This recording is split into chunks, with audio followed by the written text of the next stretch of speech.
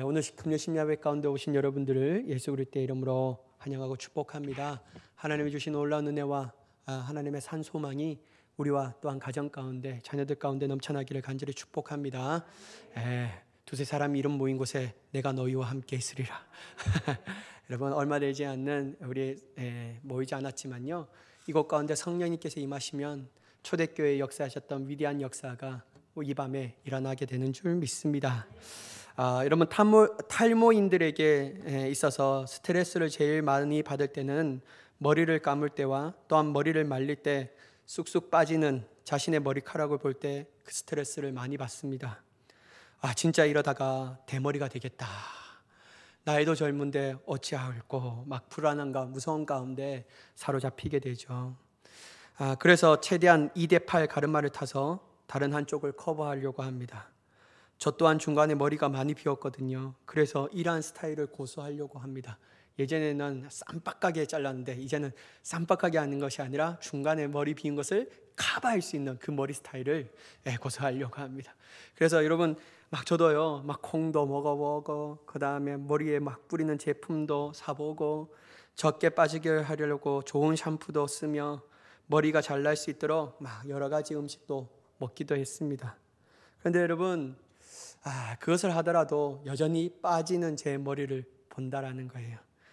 여러분, 그리스도인들 중이라면 또한 탈모인이라면 거기에 더 하나가 있어야 되는데 그것이 뭐냐면 기도해야 한다라는 것이죠. 제 머리에 손을 얹고 주님, 오늘 하루도 머리털이 빠지지 않게 하여 주시옵소서. 그것을 위하여 기도하며 나아가면 하나님께서 응답하여 주시는데, 왜냐하면요, 오늘 우리가 읽었던 말씀 중에 너희 중 머리카락 하나도 잃을 자가 없으리라. 전 이 말씀을 보면서요, 그리스도인의 탈모인들에게 향하는 주님의 축복의 말씀이다. 이거 머리카락 하나도 잃지 아니하리라. 하나님께서 제가 죽을 때까지 그러한 은혜의 역사가 제 삶 가운데, 또한 여러분들이 머리 빠져서 고민하는 모든 사람들 가운데 일어나게 되기를 간절히 축복합니다. 물론 여러분, 이 말씀의 의미가 그런 의미로 쓰인 것은 아닙니다. 이 말씀의 의미는요, 하나님께서 안전하게 보호하시겠다라는 의미죠. 여러분, 지난주 하나님께서 말씀하신 대로 그대로 되리라는 주제로 금요 심야 예배 가운데를 나누었습니다. 오늘 이 말씀은 바로 하신 그 말씀을 이루시는 하나님의 신실하심과 성실하심, 그리고 크신 능력에 대해서 좀 같이 나눠보도록 하겠습니다. 27절 말씀인데요, 열나흘째 되던 날 밤에 우리가 아드리아 바다에 이리저리 쫓겨가다가 자정쯤 되어 사공들이 어느 육지에 가까워지는 줄을 짐작하고. 여러분, 사도 바울 일행을 태운 배는요, 미항에서 멜리데 성까지 약 800km 이르는 거리를 14일간 유라굴로라는 태풍에 떠밀려 왔습니다. 일반적으로 이 지역은 수일간 계속되는 태풍 때문에 11월에서 3월 사이에는 항해가 중단되기도 했는데요, 그들은 가기를 원하여서 닥칠 때 유라굴라라는 이 태풍을 만나서 떠밀려 왔다라는 것이죠. 요즘 유라굴라 이 태풍이 계속 몰아붙이고 있었는데요, 그들의 상황은 여전히 좋지 않았다라는 것을 우리는 이 본문의 분위기를 보면 알 수 있다라는 것이죠. 그것을 알 수 있는 문장이 또 하나 있는데요, 뭐냐면 바다에서 이리저리 쫓겨가다가라는 이 표현이 있습니다. 바다에서 이리저리 쫓겨가다가. 이 문장의 의미가 무엇일까요? 바로 배의 움직임이 원활하게 사람이 이끄는 방향으로 잘 가지 않았음을 알려주는 문장이죠. 그러니까 이리저리 하는 게 너무나도 힘든 항해를 가고 있었다라는 것입니다. 이러한 상황 가운데 자정쯤 되자 사공들이 어느 육지에 가까워지는 줄을 짐작하게 되었습니다. 어떻게 아냐면요, 만으로 들어갈 때 반드시 쿠라 곳을 지나가게 되어 있는데, 그곳을 지나갈 때 쿠라 곳에 부딪히는 파도 소리를 배에 탄 사람들이 들었기 때문에 이제 좀 가까이 왔구나 라는 것을 인지하게 되었다라는 것이죠. 여러분, 이 소리는요, 배에 탄 사람들에게는 삶의 희망을 들려주는 소리였을 것입니다. 기쁨의 소리로 들었을 것이고, 바울이 모두가 구원받는 사도 바울의 이 예언이 사실로 다가옴을 서서히 느낄 수 있는 소리였다라고 할 수 있습니다. 그래서 여러분, 사공들이 한 행동이 뭐냐면요, 28절과 29절의 말씀을 보면 물을 재어보니 20길이 되고 조금 가다가 다시 재니 15길이라 암초에 걸릴까 하여 고물로 단 넷을 내리고 날이 새기를 고대하니. 여러분 사공들이 무리 깊이를 재는데요. 제가 한번 주석을 보니까 요 깊이에 요 깊이, 이 엄지 손가락, 이 중지에 이 손가락을 대는 이 길이를 얘기하고 있더라고요. 이게 한 길인데요. 이때 사공들이 무리 깊이를 재는데 처음에는 20길이라고 말하는데 이거를 오늘날로 미터를 따져보면 36미터 정도 된다라고 말합니다. 조금 가다가 다시 또한 재어보니요 15길, 즉 27m라는 수심이 높이가 있었다라는 것이죠. 이것은 여러분 수심이 빠른 속도로 얕아지고 있음을 의미하고 있습니다. 여러분 이 빠른 속도로 얕아지면 더 좋은 것이 아닐까라고 생각하는데요. 한편으로 염려가 뭐냐면요, 빠르게 이 물이 얕아짐을 통해서 암초에 부딪힐 수 있다는 거예요. 그렇기 때문에 위험한 순간의 연속이었다는 사실을 우리에게 알려주고 있다는 것이죠. 여러분 이러한 위험을 감지한 사공들이 어떻게 행동하였을까요? 30절의 말씀을 보면 사공들이 도망하고자 하여 이물에서 닻을 내리는 채하고 고룻배를 바다에 내려 놓거늘. 여러분 닻을 내려 배의 전제를 억제시킨 지금의 상황에서 밤만 무사히 지나간다면요 날이 샌 후에 육지에 상륙할 수 있는 가능성이 매우 높았을 것입니다. 그리고 사도 바울은 사람들에게 생명을 잃지 않을 것이라고 분명하게 말씀해 주셨거든요. 그러나 여러분 사공들은 어떻게 했냐면 밤사이에 있을 수 있는 위험에 대한 염려와 사도 바울의 말을 신뢰하지 못하고 믿지 못함으로 자기들끼리 도망가려고, 이 위험한 상황 가운데 자기들만 살려고 정말 그 시도를 하고 있는 거예요.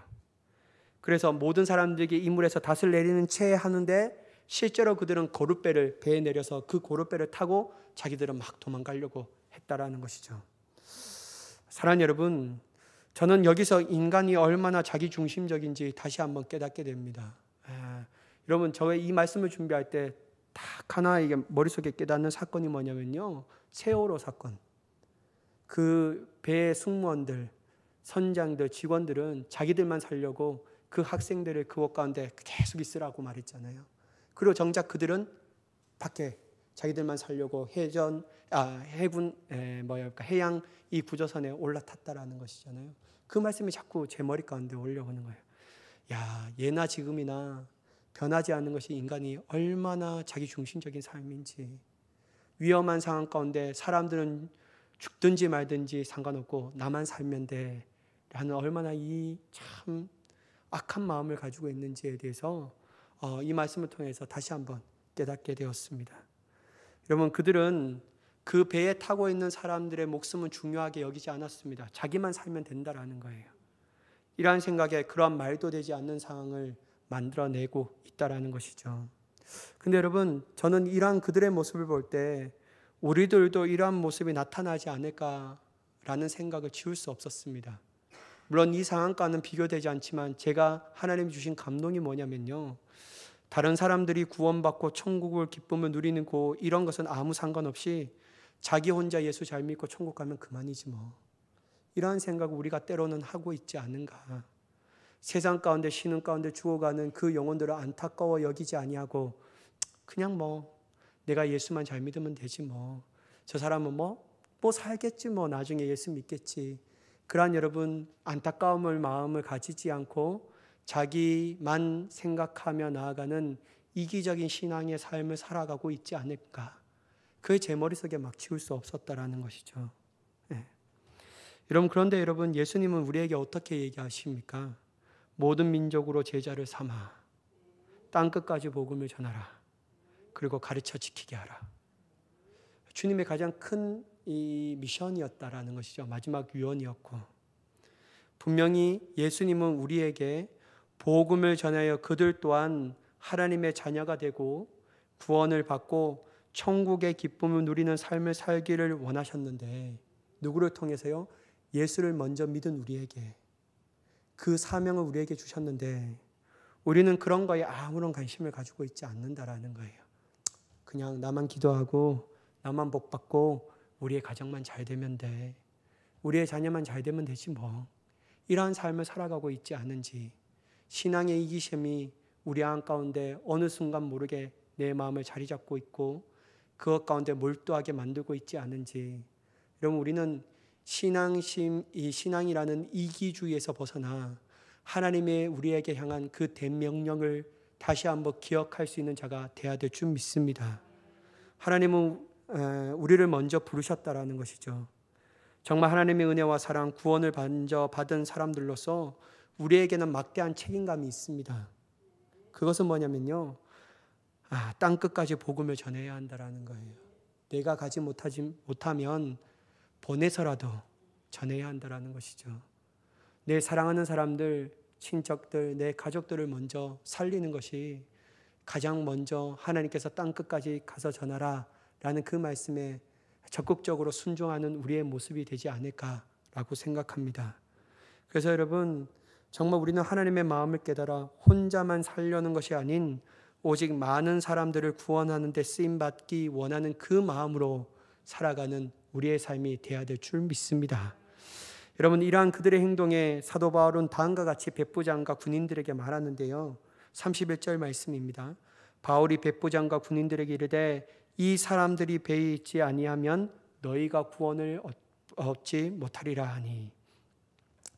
사도 바울은 여러분 이 관찰력과 아주 센스가 있나 봐요.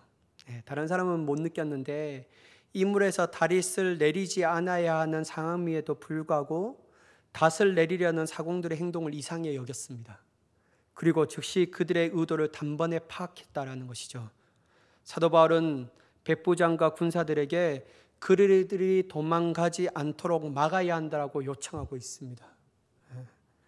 지금과 같이 어려운 상황에서 선원들마저 없어버린다면 배에 남아있는 사람들은 치명적인 결과를 맞이할 수밖에 없다는 것이죠. 그럼 한번 생각해 보십시오. 다음 날에 상륙할 때도 경험이 많고 노련한 선원들은 꼭 필요한 존재들이었습니다. 이런 이 승객들이 이 배에 대해서 잘 알겠습니까? 아니면 사공들이 더 잘 알겠습니까? 그래서 여러분, 이 승객들을 위해서라도 사공들은 남아 있어야 한다는 거예요. 그 다급함을 가지고 이 사도 바울은 이 백부장과 군인들에게 요청합니다. 이런 말을 들었던 이 백부장과 군인들은, 특별히 백부장이 군인들에게 명령하는데요, 그들을 막으라 라고 얘기하죠. 이때 사도 바울의 말을 들은 군인들은 어떻게 행동하냐면요, 거룻줄을 끊어 떼어 버린다라는 거예요.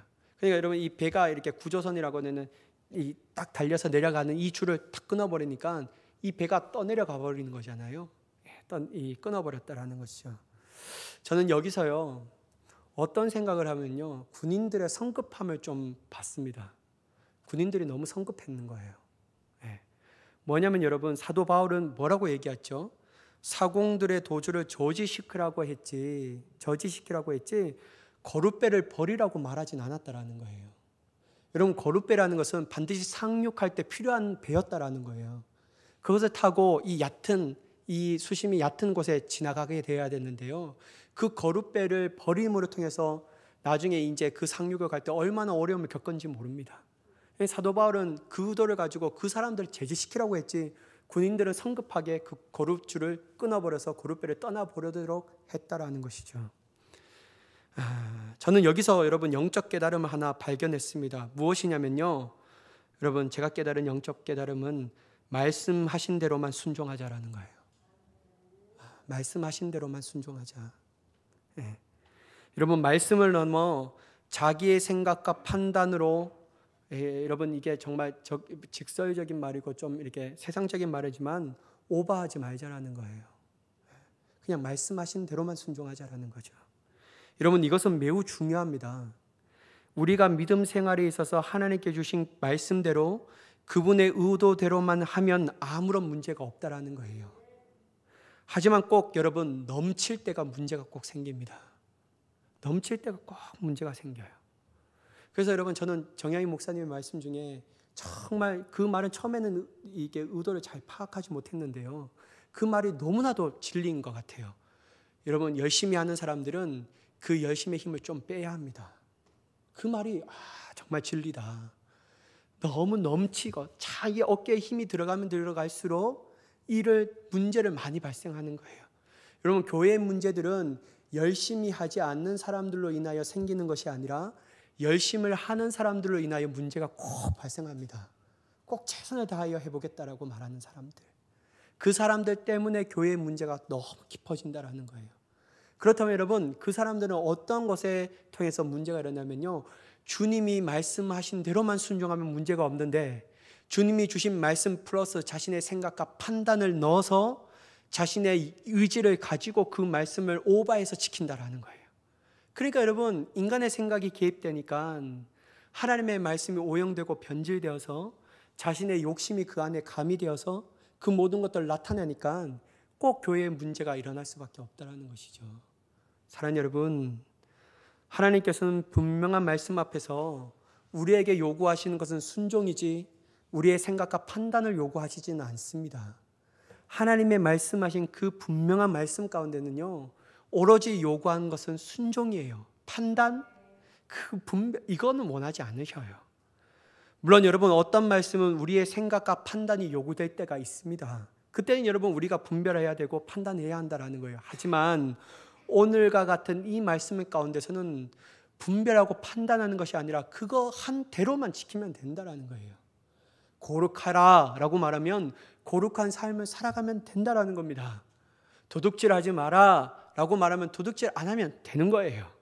하나님만을 경외하라 라고 말하면 하나님만을 경외하면 됩니다. 거기에서 좀 어떤 그 길을 좀 내어서 좀 편하려고 하고자 하는 인간의 생각과 판단 때문에 정말 준엄하신 하나님의 말씀대로 순종하면 아무런 문제가 없을 건데, 꼭 인간의 생각과 판단이 거기에서 개입되어서 그것이 변질되어서 자신의 삶의 편안함, 자신의 욕심을 충족하려는 그 삶 가운데 나아가기 때문에 꼭 문제가 생긴다라는 것이죠. 그래서 여러분, 저는 제 삶의 목표로 이 말씀을 준비하면서 하나 꼭 생긴 것이 있습니다. 말씀하신 대로만 순종하자. 그러면 아무 문제가 없다. 말씀하신 대로만 순종해야지. 넘치지도 말고 모자르지도 말고 있는 그대로만 순종해야 되겠다. 하나님이 90%만 힘을 줘. 그러면 90%만 주면 되는 거예요. 더 빼야지. 그렇게 할 필요도 없고 다 90%. 그러면 되는 겁니다. 50%만 힘을 내면 돼. 그럼 50%면 되는 거예요. 때로는 여러분 전심전력으로 다 갈 때가 있다라는 거예요. 그때는 여러분 힘든데 50%만 힘을 내어서 가면 되지 않을까? 그것도 뭐 더디 가면 되니까. 아니에요, 여러분. 그때는 하나님이 전심전력으로 달려가라고 말씀하실 때는 전심전력으로 달려가야 합니다. 그게 주님이 원하시는 것이에요.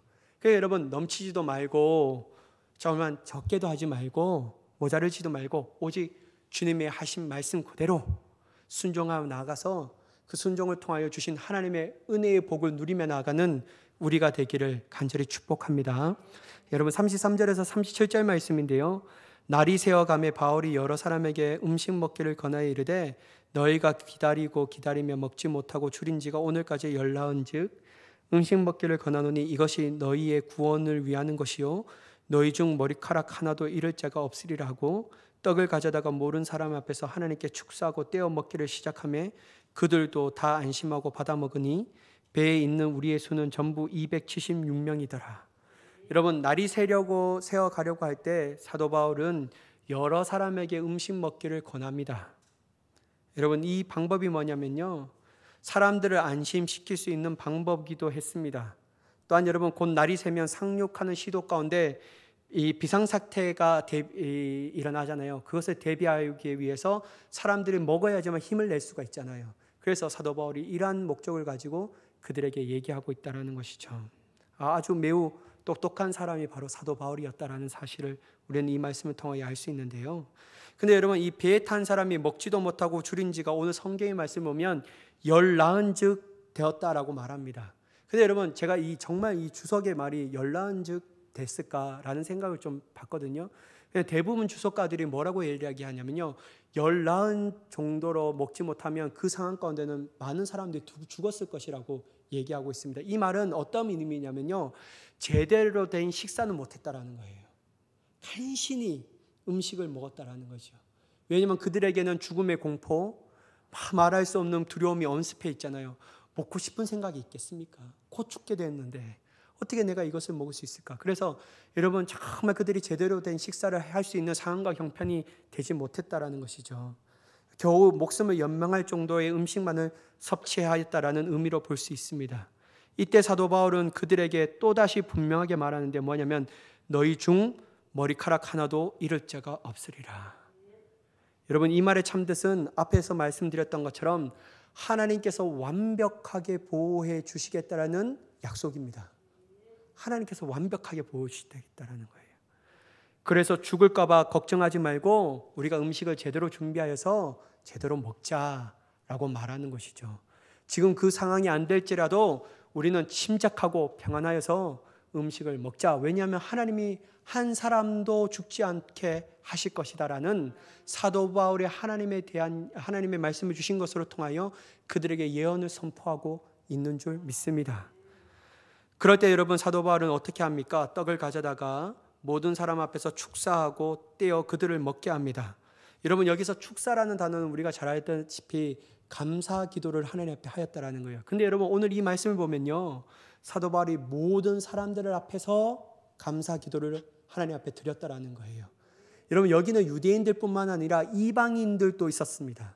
그러니까 여러분, 이 사도 바울은 믿지 않은 사람도 섞여 있지만 그는 그 모든 떡을 받아가지고 먼저 감사 기도를 하나님 앞에 올려드린 후에 그것을 나눠 먹게 하였다라는 것이죠. 여러분, 저는 이 말씀을 보면서 사도 바울이 지금 경험했던 상황이 좀 잠잠해서 이러한 것들을 할 수 있었을까? 그건 아니었다라는 거예요. 여러분, 배 안에 있는 모든 사람들 여전히 두려워하고 무서워하였습니다. 이제 곧 앞의 일들이 무슨 일이 일어날지도 모르는 죽음의 공포와 두려움이 그들을 언습하고 있었다라는 것이죠. 그러나 여러분, 모든 사람이 두려워 떨고 있지만 단 한 사람만 두려워 떨고 있지 않았습니다. 그 사람이 바로 누구냐면 사도 바울이었다라는 거예요.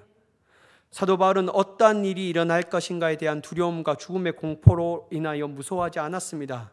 사도 바울은 두렵고 무섭기는커녕 담대함으로 서서 하나님의 말씀을 전하였고 또한 하나님 앞에 감사 기도를 한 후에 그들을 먹게 하였다라는 것이죠. 상황과 환경은 최악의 상황이었음에도 불구하고 사도 바울이 행동했던 모든 것들은 뭐냐면 감사였다라는 거예요. 저는 이 말씀 읽으면서요, 사도 바울 뒤꿈치라도 쫓아가려면 멀었구나. 정말 대단한 사람이다. 여러분, 한번 보세요. 사도 바울이 이렇게 했을 때 상황과 환경은 바뀌지 않았습니다. 여전히 상황과 환경은 최악이었다라는 거예요. 그리고 여러분, 그들이 처한 상황은 너무 어수선했던 거예요. 어떻게 했죠? 사공들은 그 전까지 자기들만 살려고 막 그런 일이 있었어요. 근데 여러분, 이러한 상황 가운데 사도 바울이 하나님께 감사 기도하며 아무렇지 않은 양 음식을 먹으라고 권할 수 있는 용기와 단대함은 어디로부터 오냐라는 거예요. 여러분, 그 이유는 단 한 가지, 저번 주에도 얘기했던 것처럼 사도 바울이 담대하게 감사 기도를 할 수 있는 최악의 상황 가운데서도 여전히 하나님 앞에 감사할 수 있는 것은 뭐냐면요, 하나님의 말씀에 신뢰함을 가지고 있었다라는 거예요. 괜찮아. 하나님은 머리카락 하나도 잃지 않도록 하시겠다라고 말하는 그 하나님에 대한 신뢰와 확신, 믿음이 있었다라는 거예요. 제 이 말씀을 생각하면서요, 우리 모든 사람들의 조응해야 할 말, 그리스도인들은 예수 믿고 모든 상황과 환경이 단순간에 바뀌지 않는다. 내가 어려운 문제를 가지고 주님 앞에 기도할 때 여전히 기도하는 여정 가운데서는 내 상황과 환경은 바뀌지 않는다. 그럼에도 불구하고 사도 바울은 항상 기뻐하고 항상 범사에 감사라고 말하는 이유가 도대체 무엇일까? 어떻게 그렇게 성숙한 신앙인의 가운데 나아갈 수 있을까? 그 말씀은 하나님은 머리카락 하나도 잃지 아니하게 하신다. 하나님은 의인을 가만히 내버려 두지 아니하신다. 그 말씀이 있는 거예요. 그래서 여러분, 우리는 이러한 하신 하나님의 말씀을 통하여서 이러한 말씀하신 분이 하나님이시기에 그 하나님에 대한 신뢰와 믿음을 가지고 있기에 최악의 상황과 환경일지라도 여전히 하나님 앞에 모든 사람들을 향하여 감사 기도를 할 수 있는 거예요. 이게 영적 진리구나. 사도 바울이 말만 그렇게 번질하게 말한 것이 아니었구나. 진짜 그가 편지를 보낼 때 항상 기뻐하라, 범사에 기도하라, 쉬지 말고 기도하라, 그렇게 말한 이유가 있구나. 사도 바울은 영적 깊은 깨달음이 있었구나. 왜냐하면 하나님은 의인은 가만히 내버려 두지 않는다. 반드시 지켜주신다. 하나님이 그 말씀하신 대로 반드시 이루신다.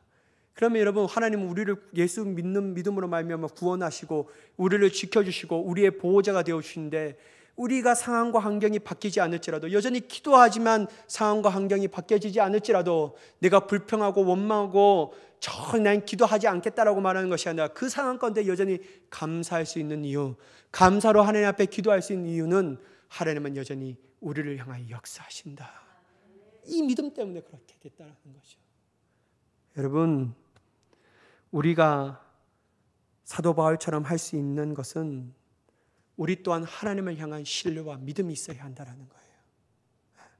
그냥 이성적인 신뢰와 믿음이 아니라 불가능 가운데서도 가능케 하시는 주님, 여전히 최악의 상황과 여건에서도 하나님의 놀라운 뜻으로 인도하실 그 신실하신 하나님을 신뢰하고 믿는다면요, 우리는 그것 가운데서 담대하게 주님의 이름을 선포하며 감사함으로 나아가는 자가 되는 줄 믿습니다. 이 여러분 비결입니다. 비결이라는 거예요. 그러니까 여러분, 식사라고 이야기할 수도 있고 식사하기 전에 하나님께 모든 사람 앞에서 감사 기도를 할 수 있다는 것이죠. 그래서 여러분, 제가 말씀드리잖아요. 믿는 사람들에게 사라져야 할 단어 포기입니다. 절대 포기하면 안 됩니다. 절대 포기하면 안 돼요. 기도 조금 해서 안 바뀌어져요? 괜찮습니다. 그럼에도 불구하고 하나님은 하나님의 놀라운 역사대로 우리의 삶을 인도하십니다. 가장 좋은 길을 내시는 거예요. 웨이메이커라는 거예요. 길을 만드시는 주님이에요. 제가 좋아하는 말은 뭐냐면요, 사막 가운데서 주님의 길을 내시고 주님의 시온의 대로를 여신다. 여러분, 사막 가운데서도, 강약 가운데서도 그 길을 내시는 주님이신데, 하물며 우리의 삶이 사막보다 더한 상황일지라도 주님은 우리에게 반드시 시온의 대로를 여시고 강을 내시며 생명의 길을 여시며 그 모든 문제의 해결의 길을 여시는 줄 믿습니다. 그 주님만을 의지하고 부여잡고 나아간다면요, 괜찮아요. 결국은 모든 것이 하나님께서 우리에게 역사하신 그 은혜의 발자취를 깨닫게 되며 더욱더 하나님께서 혼자 하셨다라는 것을 믿음으로, 찬양으로 영광을 돌리게 되는 줄 믿습니다. 그러니까 여러분, 괜찮습니다. 네, 괜찮아요. 여러분, 이 정도 하면 상황과 환경이 좋아져야 하는데 어떻게 됐습니까? 여전히 최악의 상황으로 계속 접어드는 거예요. 두 물이 합하여 흐르는 곳에 만날 때 배의 이물은 부딪혀서 움직일 수가 없었고요. 이 고물이라는 것은 뭐냐면 배 뒤쪽을 의미하는 거예요. 그때는 막 강한 물이 부딪혀갖고 배는 깨지기 시작합니다. 배가 막 혼란스러운 거예요. 너무나도 혼란 상황이고 최악의 상황이니까 군인들이 뭐라고 했냐면요, 제수가 헤엄쳐서 도망갈까봐 차라리 죽이는 것이 낫지 않겠냐, 이렇게 말할 정도로 이 배가 어수선해진 겁니다. 그때 여러분, 백부장은 어떻게 얘기하죠? 군인들의 의견에 동조하지 않고 그들의 뜻을 막고 헤엄칠 줄 아는 사람들은 명하여 물에 뛰어 내려 먼저 육지에 나가게 합니다. 그리고 나머지 사람들은 놀조각 혹은 배 물건에 의지하여 나가게 했다라는 것이죠. 마침내 여러분, 그 결과 어떻게 됐습니까? 44절 후반부에 사람들이 다 상륙하여 구조되니라. 어떠한 한 사람도 죽지 않고 사도 바울이 말한 것처럼 다 살아났다라는 것이죠. 사랑하는 여러분, 저는 여기서 하나님의 신비한 은혜를 다시 한번 발견하게 됩니다. 물론 백부장이 군인들의 뜻을 막은 이유는 다름이 아니었습니다. 바로 이 제수들을 다 죽이면요, 사도 바울 또한 죽게 되었다라는 거예요. 그래서 오늘 성경을 보면 백부장이 바울을 구원하려고 그렇게 막았다라고 성경은 기록되고 있는데요, 인간적인 눈으로 보면 백부장 한 사람 때문에 사도 바울이 살아났는 것처럼 보일 수 있지만 아닙니다. 여러분, 자세하게 영적인 기품으로 보면 그 배후에 역사하신 하나님의 놀라신 뜻이 있었다라는 거예요. 왜냐하면요, 하나님의 사도 바울에게 주신 뜻과 사명은요, 로마에 서야 한다라는 거예요. 로마에 가야 합니다. 가이사 앞에 서야 한다라는 거예요. 로마 가운데 가서 복음을 전해주는 것이 마지막 사도 바울이 감당해야 할 사명인데, 여러분, 하나님의 놀라운 뜻으로 말미암아 백부장에게 사도 바울을 생각할 마음을 줬고 죽이지 않고 모든 제도를 살려줄 수 있는 그 은혜를 백부장을 통하여 베푸셨다라는 거예요. 그리고 여러분, 나중에 보면요, 다 살아났다라고 말할 때 하나님께서 당신이 하신 말씀대로 그 모든 것을 성취하고 계시는구나. 결국 여러분, 깨닫게 되는 것이 뭐냐면 하나님은 당신이 하신 말씀대로 이루셨다. 근데 여러분, 그 전까지 어떻게 됩니까? 숨이 꼴딱꼴딱 넘어갑니다. 최악의 상황이에요. 죽이려고 했다라는 겁니다. 뭐 헤엄칠 수 있는 사람은 건너가게 되는데 헤엄치지 못한 사람은 어떠합니까?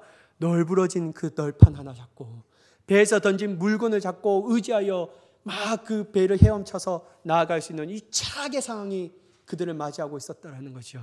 근데 여러분 결국 어떻게 됐죠? 다 살아난 거예요.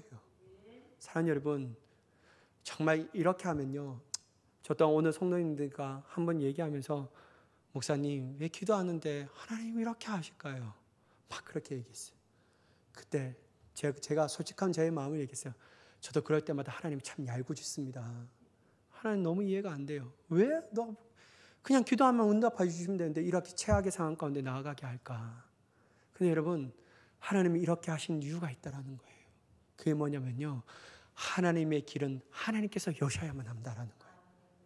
하나님의 놀라운 구원의 역사는 하나님의 전적으로 홀로 역사하시는 그 일이기 때문에 사람의 수준으로 이해되면 그게 어떻게 하나님의 역사겠습니까? 하나님은 하나님의 놀라운 은혜의 역사로 반드시 하나님의 뜻을 성취하신다라는 거예요. 꼴깍꼴깍 죽어 숨이 넘어가는 그 순간 가운데서도 여전히 주님을 의지한다면 하나님은 하나님의 방법으로 하나님의 하신 말씀을 반드시 성취하시는 줄 믿습니다. 그러므로 여러분, 우리가 끝까지 부여잡을 것은 뭐냐면 믿음, 소망, 그리고 하나님의 은혜의 역사에 신실하심을 부여잡고 나아가는 자가 되어야 될 줄 믿습니다. 그러므로 우리 생각과 뜻대로 되지 않지만 하나님께서는 하나님의 놀라운 방법과 방식대로 그 모든 것을 성취하게 하신 줄 믿고 끝까지 여러분 포기하지 않고 기도함으로 승리하며 나아가는 우리 모두가 되기를 예수 그리스도의 이름으로 간절히 축원합니다.